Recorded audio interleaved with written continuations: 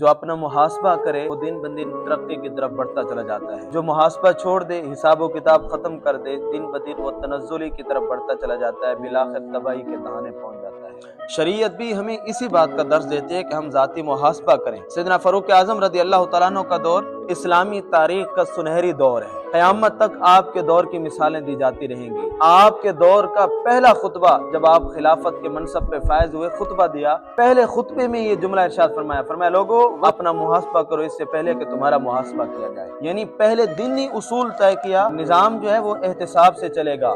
हम तरक्की करेंगे तो एहतिसाब से करेंगे, मुहासबा से करेंगे। और यही बात मुझे और आपको हुजूर सैयद आलम सल्लल्लाहु अलैहि वसल्लम ने बताई है। आका करीम अलैहिस्सलाम ने फरमाया, दाना शख्स वो है, अक्लमंद शख्स वो है जो अपने आप को पहचाने, अपने नफ्स को पहचाने और मौत के बाद आने वाली जिंदगी के लिए तैयारी करे। फरमाया अहमक और बेवकूफ शख्स वो है जो अपने आप को ख्वाहिशात नफ्सानिया के पीछे लगा ले और रब के ऊपर उम्मीद लगा के बैठ जाए कि अल्लाह उसकी बख्शिश कर देगा। ईमान दोनों हालतों के दरमियानी चीज का नाम है कि खौफ भी रब का होना चाहिए, उम्मीद भी इंसान को रब के ऊपर होनी चाहिए।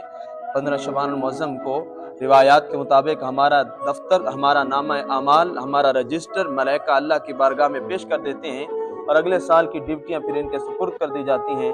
तो हमारा नामा अमाल रब की बारगाह में इस हाल में पहुंचे कि हम अपना एहतिसाब करके उसकी बारगाह में सच्ची